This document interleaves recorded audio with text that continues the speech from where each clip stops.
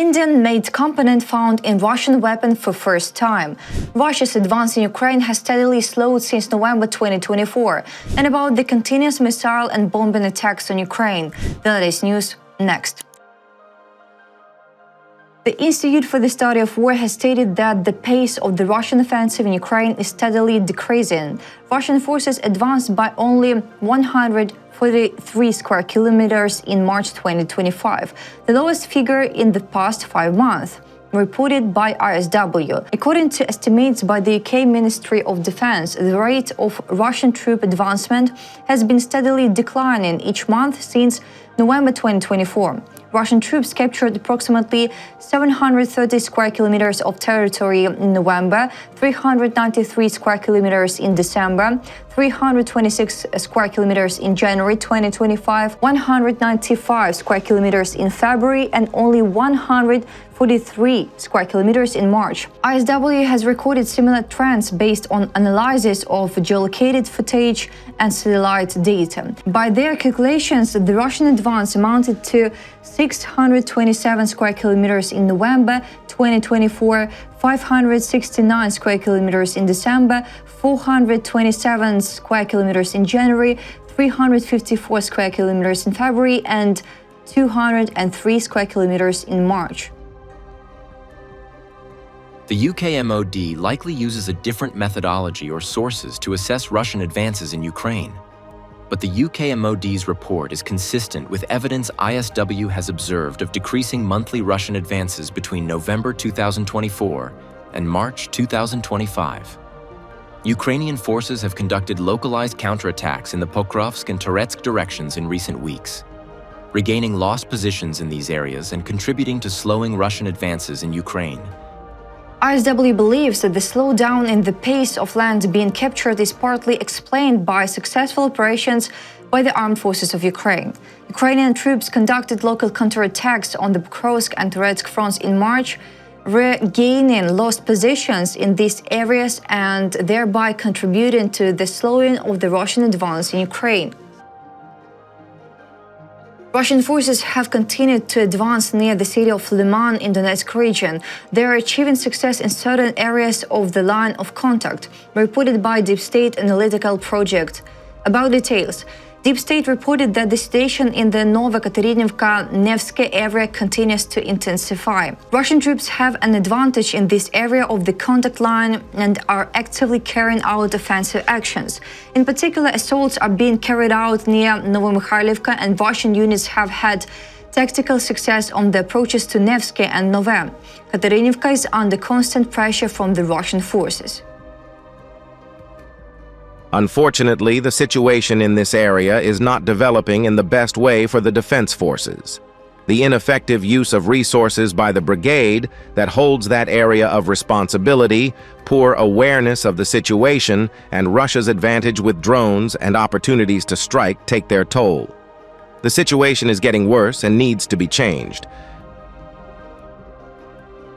Russia has almost completely eliminated American components from its weaponry. For the first time, an Indian-made component was discovered, Ukrainian defense intelligence reports. In particular, intelligence uncovered nearly 200 new parts and components used in 6 types of Russian weapons.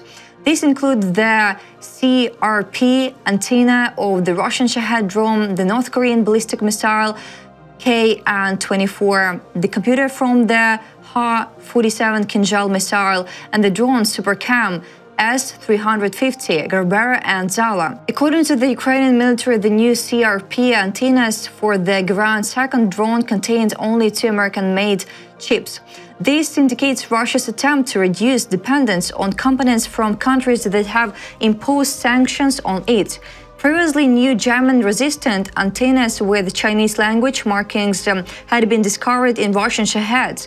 In one of these antennas, which contained 15 components, only 2 were from American companies, Texas Instruments and Linear Technologies. The rest of the transceivers, generators, signal converters, and other microchips were of Chinese origin. The main chip of the CRP antenna, which analyzes incoming signals and determines which to ignore was made by the Beijing Microelectronics Technology Institute. For the first time, a component of Indian origin, a timing buffer from ORS semiconductor, was found in Russian weaponry, Ukraine's defense intelligence states. At the same time, the manufacturers of two other components have not yet been identified, but they're likely also of Chinese origin. As of the morning of the 7th of April, 33 residents of Krivoy Rog who were injured in the Russian ballistic missile attack on the city on the 1st of April remain in hospitals. A total of 18 adults and 2 children are in serious condition, reported by Alexander Wilkol, head of Krivoy Rog City Defense Council, on Telegram. Currently, 33 people who were injured in the attack on the 4th of April remain in hospitals, among them 4 children. A total of 18 people are in a serious condition, including 2 children. Wilkol added that another 20 casualties, including 2 in a serious condition, are still in hospitals after previous Russian attacks on the city. He also said that the city continues to deal with the aftermath of the Russian strikes.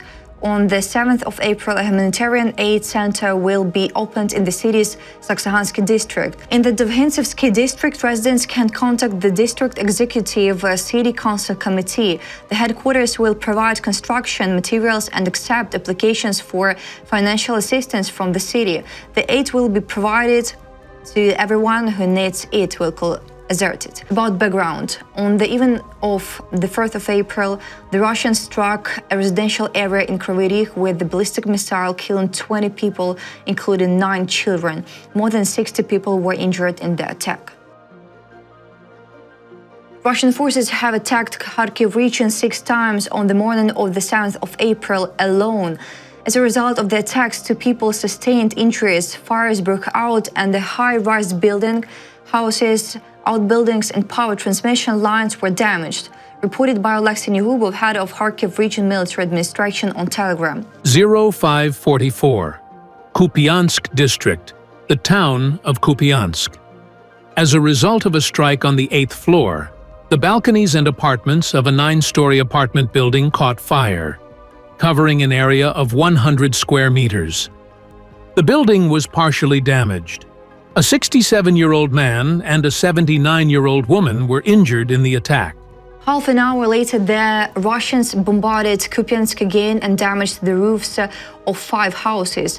At 7:37 a.m., they struck the town for the 3rd time, causing fires over an area of 200 square meters in an outbuilding and a house.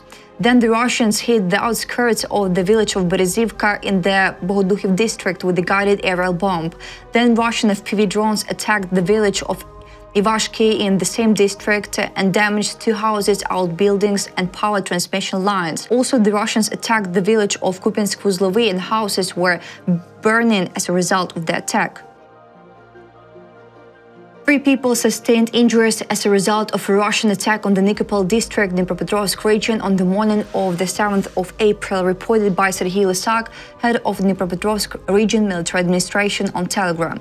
3 people were injured in the Nikopol district this morning. In particular, a 57-year-old man. He was injured as a result of a kamikaze drone strike on the Pokrov Hromada. He will be treated on an outpatient basis. A Hromada is an administrative unit designating a village, several villages or a town, and their adjacent territories. The Russians also attacked the city of Nikopol with a drone, injuring 2 women aged 49 and 56. Both were taken to hospital in a moderate condition. That's all for today. Thanks for watching this video. Like and subscribe.